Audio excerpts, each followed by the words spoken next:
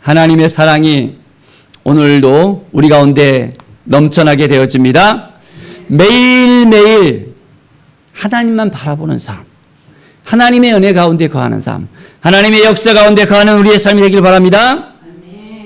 오늘 사도행전 20장을 보면 바울은 늘 하나님의 그 사랑을 가슴에 안고 이제 복음을 전하며 살아갑니다. 참 핍박도 많이 받습니다. 그가 원래는 핍박하는 사람이었잖아요.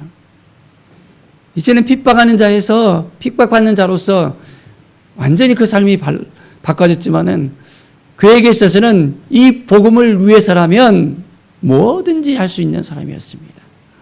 그의 삶을 송두리째 하나님께 바치며 이제 예수 그리스도를 향해서 나아가는 바울의 모습을 우리는 볼 수 있습니다. 자, 이제 여러 지방을 다니면서 복음을 계속해서 전합니다. 그리고 이제 무교절 후에 빌립보에서 배를 떠나서 닷새만에 드로아에 있는 그들에게 가서 이래를 머물면서 이제 제자들과 함께 떡을 떼며 모여 있었습니다. 바울이 이튿날 떠나고자 하여 그들에게 강론을 합니다. 그런데 이 강론이 밤중까지 계속되는 거예요. 참 그냥 30분, 1시간 말씀을 듣는 것이 아니라 밤중까지 이제는 아주 깊은 밤까지 말씀이 계속해서 흘러넘치게 되어집니다. 사람들이 엄청나게 많이 모였거든요. 다락까지 이제 등불을 켜면서 유두고로 하는 그 청년이 창에 딱 걸터 앉았습니다. 말씀을 듣다가 꾸벅 졸았어요. 자, 깊이 졸고 있다가 바울의 공론이 이제 끝날만 하는데 여전히 안 끝나는 거예요. 어떻게 됐을까요? 더 이상 이제 이 청년이 졸음을 이기지 못하고 그냥 꾸벅하는 것이 아니라 3층에서 떨어져 이제는 일으켜 보니까 죽어 있는 거예요. 자, 어떻게 됐을까요? 이 유두고라는 청년이 죽었을까요? 바울이 딱 이제 내려가서 엎드려 있는 그 청년을 딱 몸을 안고 딱 말했습니다. 떠들지 마라! 생명이 그에게 있다. 사람들이 보기에는 이미 죽었어요. 그런데 하나님께서는 이 청년을 이제 그냥 죽음으로 두지 않았습니다. 자, 우리 예수님께서 죽은 자를 살리셨습니까? 아니면 죽은 가운데 있는 그 사람들이 다 죽었습니까? 무려 죽은 가운데서 부활을 분명하게 또한 알려주시기 위해서 죽은 사람을 무려 3명이나 살렸었거든요. 그런데 오늘 이곳 가운데서도 이 유두고라는 이 청년이 이제는 떨어져서 말씀을 듣다가 죽었는데 이제는 다시 살아납니다. 같이 떡을 떼면서 같이 날이 새기까지 오랫동안 이야기를 함께합니다. 이 살아난 청년을 보면서 사람들이 위로를 받습니다. 사랑하는 여러분, 하나님의 말씀을 붙들고 살아가면 하나님이 생명을 허락해 주십니다. 늘 하나님을 의지하는 삶을 우리가 살아야 됩니다.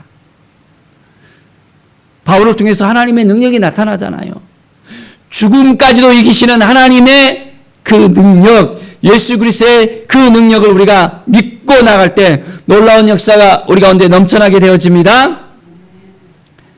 자, 이제 바울이 또한 밀레도에서 사람들을 에베소로 다 보내요. 장로들에게 딱 청합니다. 그리고 아시아에서 들어온 첫날부터 지금까지 내가 항상 여러분 가운데서 어떻게 행하였는지 그 모든 내용들을 하나하나 다시 한번 나눠드립니다. 자, 우리 19절 한번 볼까요? 모든 겸손과 눈물이며 유대인의 간계로 말미암아 당한 시험을 참고 주를 섬긴 것과 힘들고 어려운 가운데서도 정말로 그 핍박 가운데서도 참고 이제 복음을 전했던 모든 것을 다 함께 나눕니다. 자, 유대인과 헬라인들에게 하나님께 대한 회개와 우리 주 예수 그리스도에 대한 믿음을 증언한 것이라. 예수 그리스도에 대해서 담대하게 증언하는 이 바울의 모습을 우리는 볼 수 있습니다. 자, 이제 나는 성령에 모여서 예루살렘으로 갑니다라고 말합니다. 거기에는 무슨 일을 당할지 알지 못합니다. 예루살렘에 가면 어떤 일이 생길까요? 바로 그곳 가운데는 결박과 환난이 나를 기다린다고 성령께서 이제는 알려주셨다는 거예요. 그런데도 바울은 환난과 핍박이 그 가운데 기다려 있지만은 담대하게 그 가운데 나아갑니다. 우리는 어떻습니까?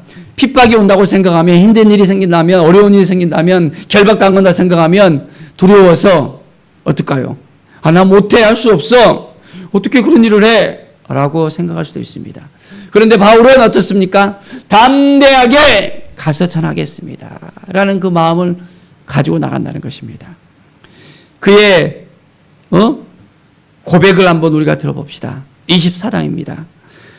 내가 달려갈 길과 주 예수께 받은 사명 곧 하나님의 은혜의 복음을 증언한 일을 마치려 하면은 나의 생명조차 조금도 귀한 것으로 여기지 아니하리라.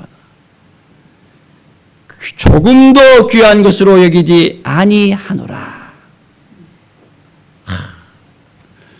정말로 하나님 앞에, 우리 주 예수 앞에 서 있는 이 바울의 이 모습을 보면서 참으로 우리가 어떻게 살아야 되는지를 다시 한번 생각해야 합니다. 하나님께 받은 그 사명, 예수님께 받은 그 사명을 위해서라면 생명을 조금도 귀한 것으로 여기지 않고 이제는 그 생명을 바쳐서 예수 그리스도를 위해서 살아가겠다고 고백하는 이 바울을 우리는 볼 수 있습니다. 우리는 예수님을 위해서, 그 십자가를 위해서 우리는 생명 바쳐 복음을 전하다가 이제 바울처럼 순교할 수 있을까요? 참 우리의 인생을 보면 예수 그리스도를 바라보면서 살아가는 것보다 우리의 인생을 붙들고 살아가는 우리의 모습을 더 보거든요. 먼저 그의 나라와 의를 구해야 되는데 먼저 세상 가운데서 이리 뛰들고 저리 뛰들고 힘들고 눌려있는 우리의 모습을 우리는 먼저 보게 되어집니다. 자, 오늘 말씀을 보면서 우리가 어떻게 살아야 되는지, 어떠한 마음으로 살아야 되는지를 다시 한번 깨닫게 되었습니다. 하나님께서 우리 각 사람들에게 주신 그 사명이 있습니다. 그 사명을 우리가 회복을 해야 됩니다. 주님, 내가 어떻게 살아가는 것이 하나님의 뜻입니까? 하나님의 마음을 다시 회복시켜 주시옵소서. 세상 가운데 살다가 이리저리 흔들려서 그냥 시간을 보내고 힘들고 어려운 삶을 살아가는 것이 아니라 주님과 함께 나갈 때 하나님의 은혜의 역사가 넘쳐나게 되어집니다. 우리가 하나님을 위해서, 우리 주님을 위해서 살아가면 하나님께서 모든 것을 협력하여 선을 이루신다고 분명하게 말씀하십니다. 하나님이 모든 걸 책임져 주시고 인도하신다고 분명하게 약속하셨습니다. 그렇기 때문에 모든 걸 주님 앞에 다 내려놓고 주님을 바라보는 것이 먼저 우리가 어떻게 살아가는지에 대해서 깨닫게 되는 것입니다. 사랑하는 여러분, 하나님의 마음을 우리가 가슴에 품읍시다. 예수 그리스도를 향한 뜨거운 사랑을 우리가 가슴에 품읍시다. 그러면 그때부터 시작하여 성령께서 우리의 삶을 완전하게 변화시키시고 우리를 통해서 영혼을 구원시키시고 우리의 삶이, 우리의 가정이 이제 우리의 모든 것들을 하나님께서 책임져 주시고 도와주십니다.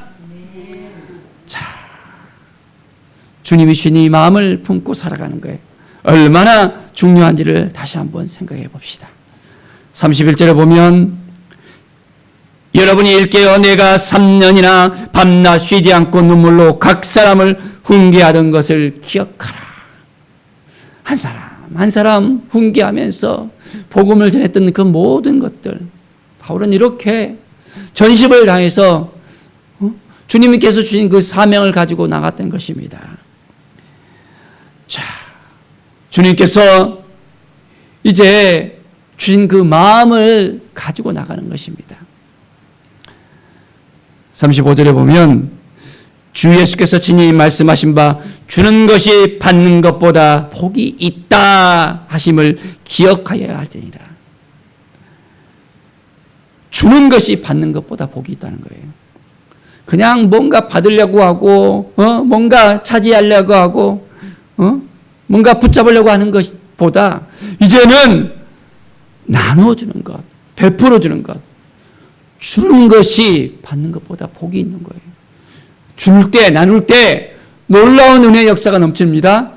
30배, 60배, 100배로 넘쳐나는 겁니다. 하나님의 행하시는 것을 보십시오. 내가 붙들고 있으면 안 되는 것입니다. 그런데 이제는 말씀 가운데 우리가 온전하게 나아가면 그 말씀의 은혜의 역사가 넘쳐나는 것을 볼 수 있습니다. 하나님을 의지하고 하나님을 바라보고 오늘도 온전하게 하나님이 주시는 마음을 가지고 나갈 때 이제는 생명의 역사가 우리 가운데 일어날 것을 믿습니다.